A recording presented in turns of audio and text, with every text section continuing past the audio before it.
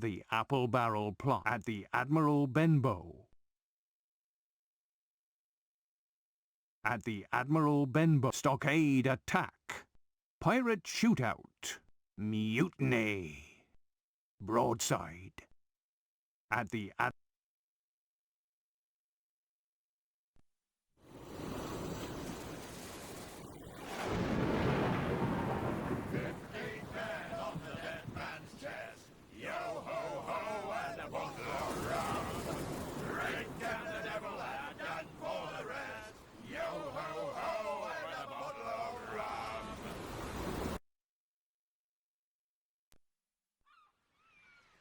When I was a boy, my parents owned an inn on the coast called the Admiral Benbow.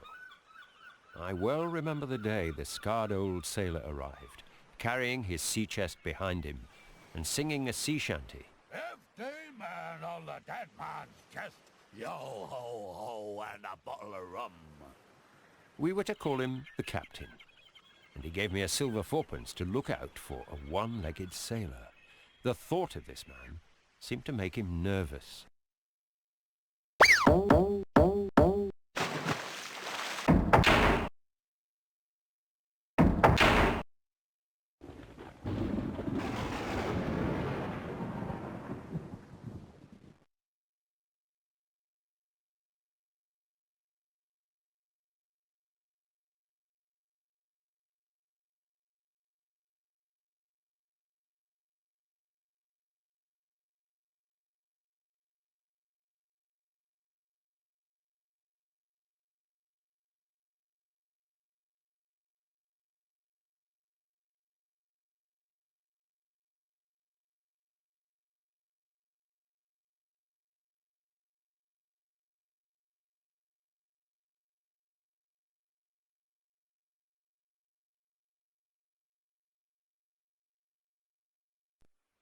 The captain was a frightening man who was often drunk and was full of terrifying sea stories.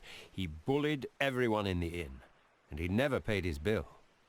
Only our magistrate, Dr. Livesey, seemed to be able to control him. But one day a stranger arrived. He was carrying a cutlass, and 2 of the fingers on his right hand were missing. He said he was looking for a friend he called Bill, and this Bill, it seemed, was none other than the captain.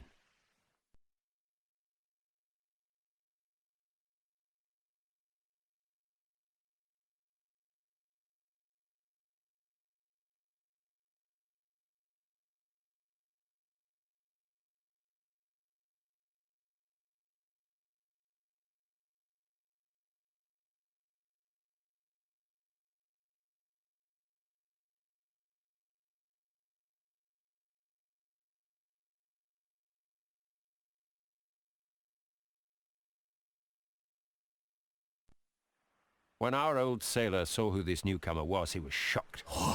Black dog, He cried. The man replied, Black dog as ever was, come to see his old shipmate. I retired to the bar and tried to listen. They talked quietly, and at first I could hear nothing. Then the captain shouted. No, no, no, and an end to it. And then If it comes to swinging, swing all, say I.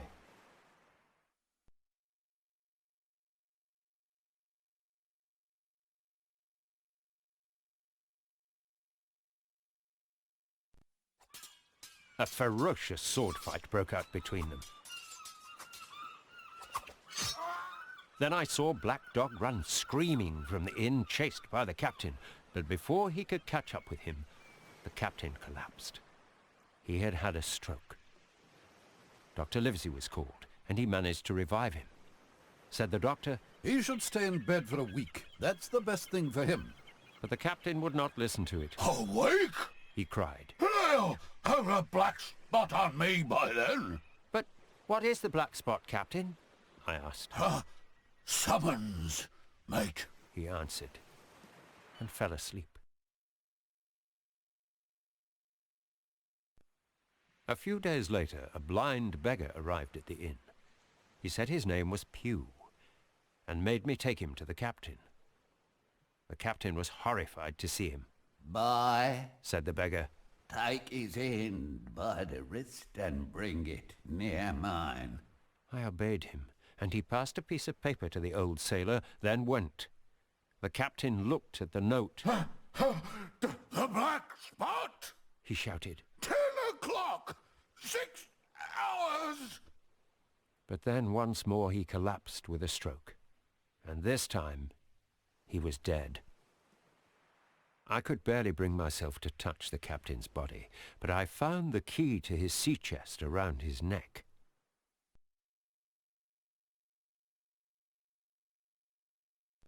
My mother and I went up to the captain's room to open the chest. In it we found a suit of clothes, sticks of tobacco, 2 pistols, an old Spanish watch, and some other trinkets. There was also a bundle tied up in oilcloth, and a bag full of gold coins. Suddenly, in the distance, we heard the tap, tap, tapping of the blind man's stick and many voices. He was returning, as he had promised, at 10 o'clock, and he was bringing others with him. Clutching the mysterious bundle and the bag of gold, we fled from the inn.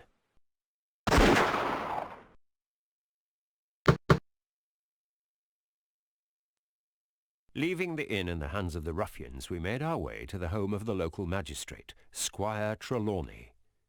There I was shown into the library, all lined with bookcases, where the squire was talking with Dr. Livesey. Good evening, friend Jim, Said the doctor. What good wind brings you here?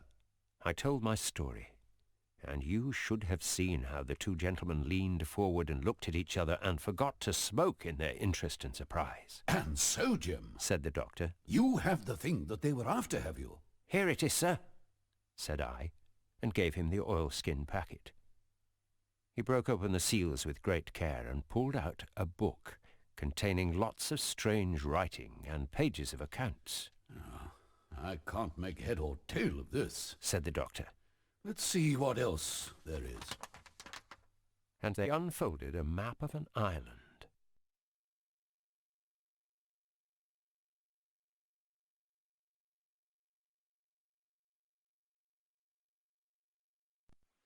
The map was very detailed. It showed an island with latitude and longitude, soundings, names of hills and bays and inlets. In fact, there was everything needed to bring a ship to a safe anchorage upon its shores. The island was about 9 miles long and 5 across, shaped, you might say, like a fat dragon standing up. It had 2 fine landlocked harbours, and there was a hill in the centre marked the Spyglass. There were also several additions which seemed to be of a later date. Above all, I noticed 3 crosses of red ink, 2 on the north part of the island, 1 in the southwest. Beside this last, in the same red ink and in a small, neat hand, very different from the captain's tottery characters, these words had been written in. Bulk of treasure here. At the bottom of the map we saw the initials J.F.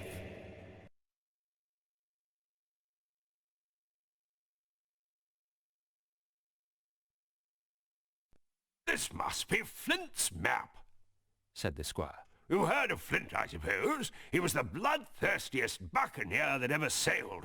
The Spaniards were so afraid of him. At times I was proud he was an Englishman. All he was after was money. All he cared for was money. And this map shows where he buried the treasure he had plundered from ships. He turned to the doctor. Livesey, you will give up your wretched practice at once. Tomorrow I start for Bristol. In 3 weeks' time... 2 weeks, 10 days, we'll have the best ship, sir, and the choicest crew in England. You'll be ship's doctor. Hawkins shall come as cabin boy. I shall be admiral. We'll have favourable winds, a quick passage, and no difficulty in finding this island, and money to eat, to roll in, to play ducks and drakes with ever after. Trelawney, said the doctor. I'll go with you. So will Jim, and be a credit to you.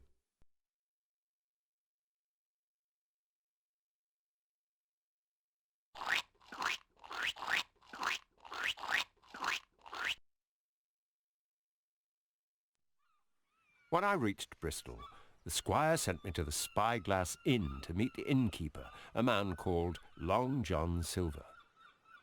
I found he had but one leg. I asked myself, could he be the one-legged sailor that our captain had feared so? But he seemed so very pleasant and cheerful, I soon forgot my suspicion. Why, he was so helpful, I found he had even aided the squire recruit most of the hands. He also signed on himself as the ship's cook.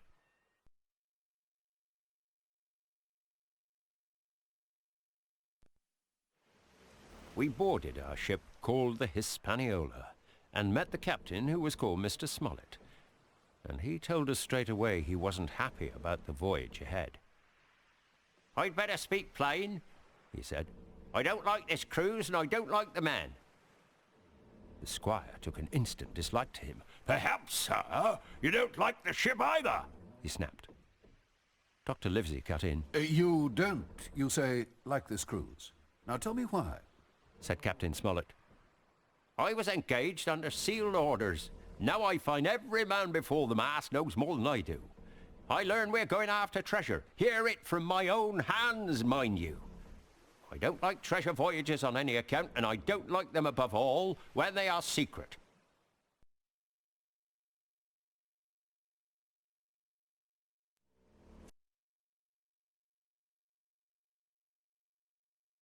At the Admiral Benbow, the adventure begin. The adventure.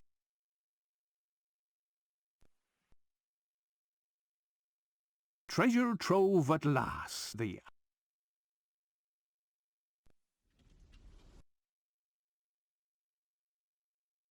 broadside.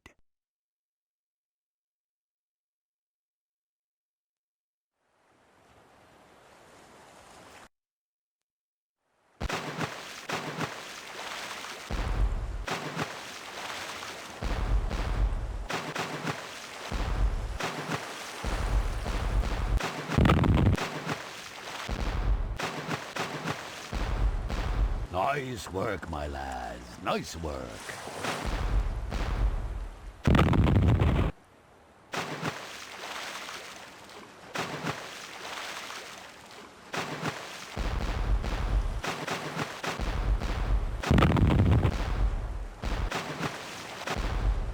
That'll be the end of them.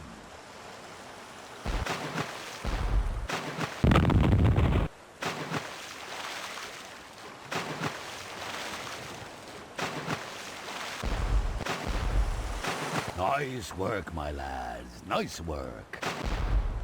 That'll be the end of them.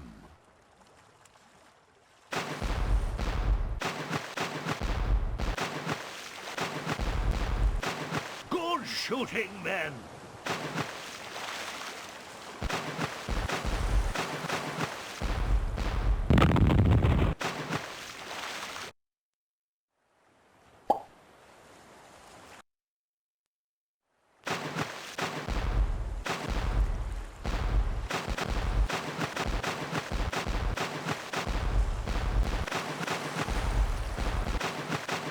Nice work, my lads. Nice work.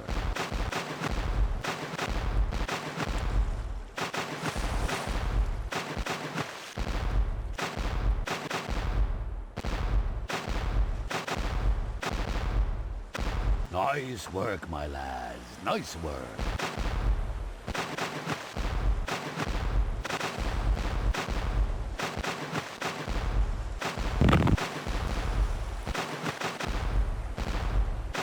That'll be the end of them. That'll be the end of them.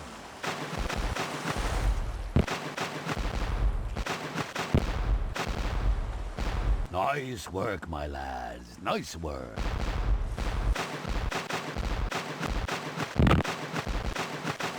That'll be the end of them.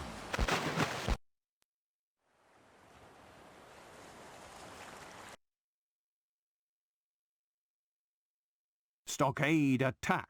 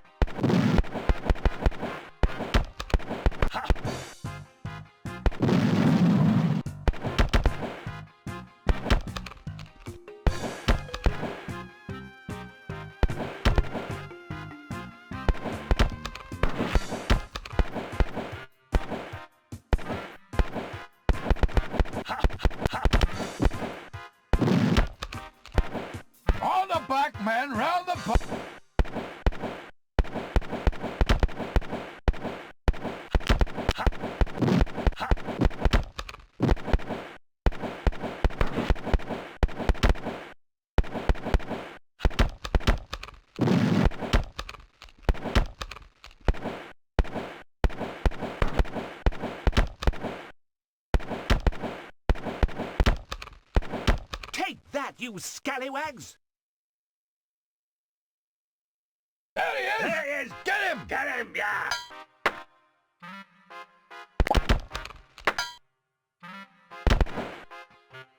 Good shooting.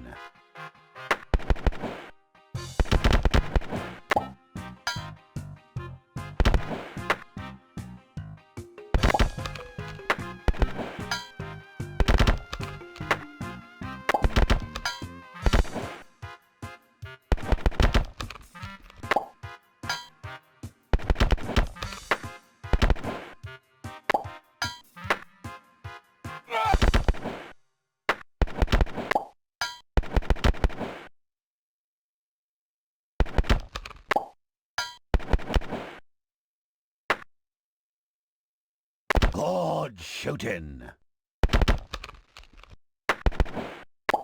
Nice work, my lads. Nice work. Game over. Well done. You got the high score.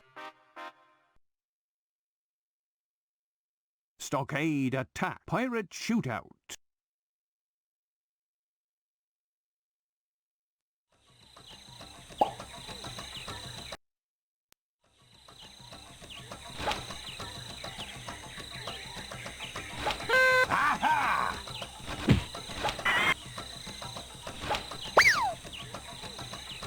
Oh!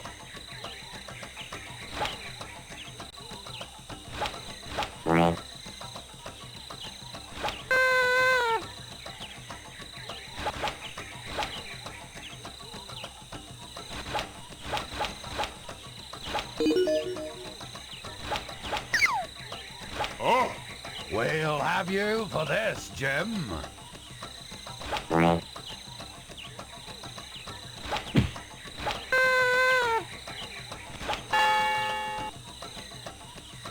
Take that, Hawkins!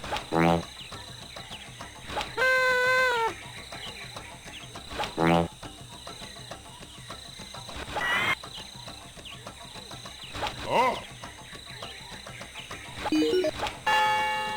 Oh! Oh!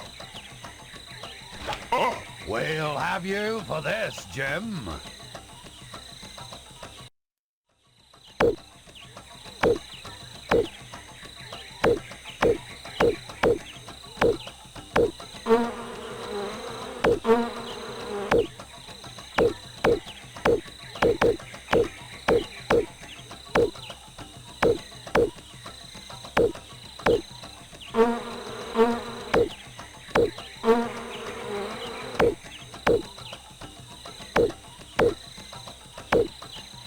Nice work, Hawkins!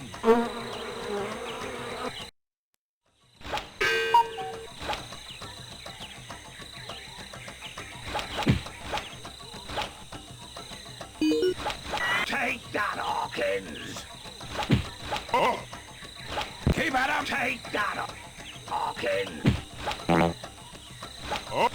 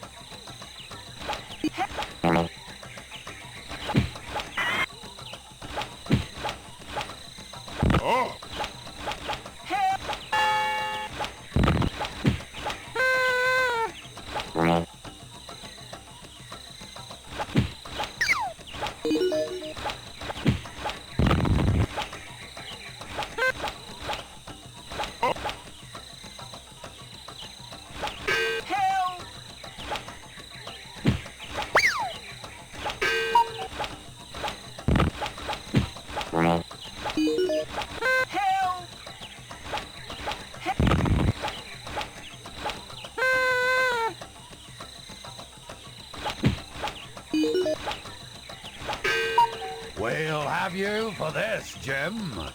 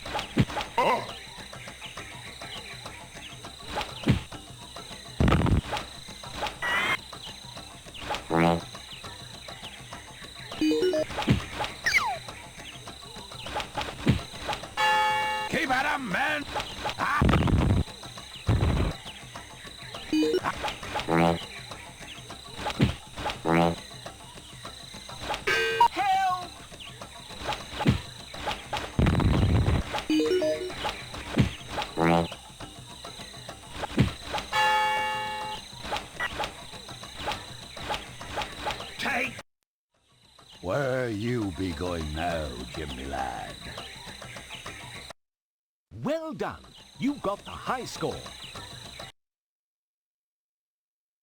The fight to the death. Mutiny.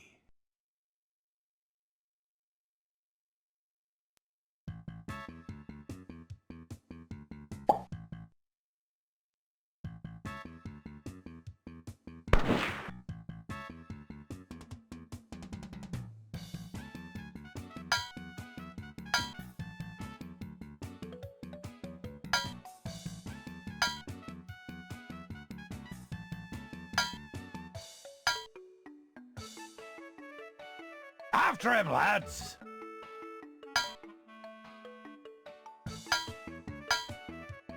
Aha! Good work, Jim! Ah! Ah! Ah! Take that, you scallywags!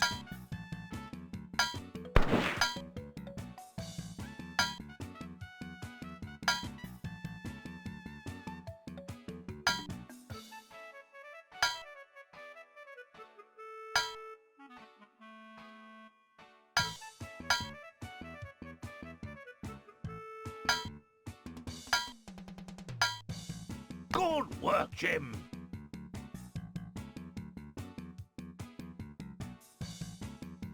Aha! Game over!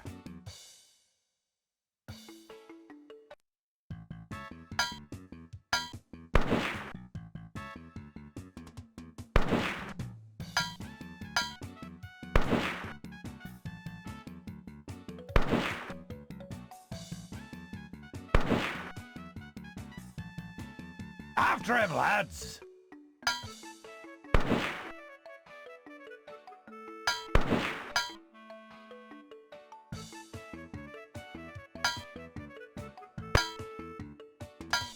Good work, Jim!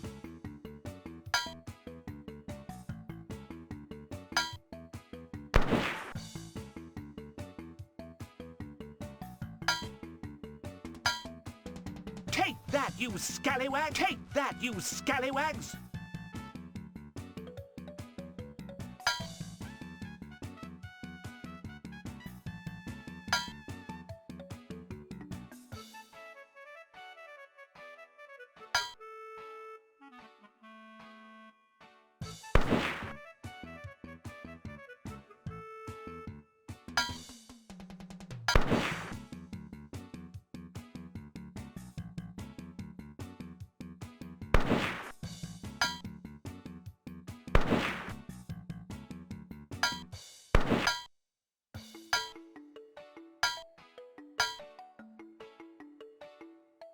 Good work, Jim!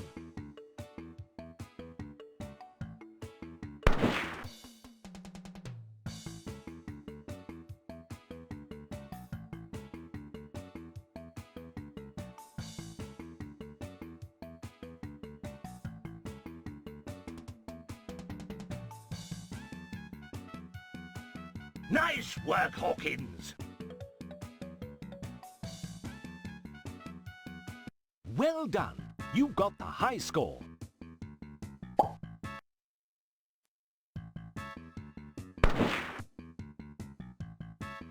Aha!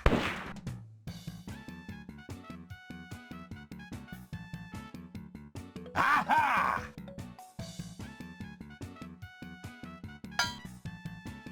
After him, lads! Game over!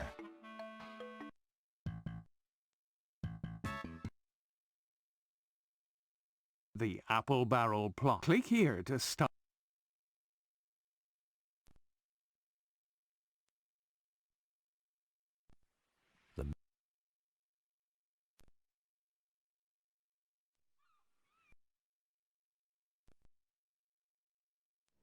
The secret's Pirate shoot. The secret's even been told to Silver's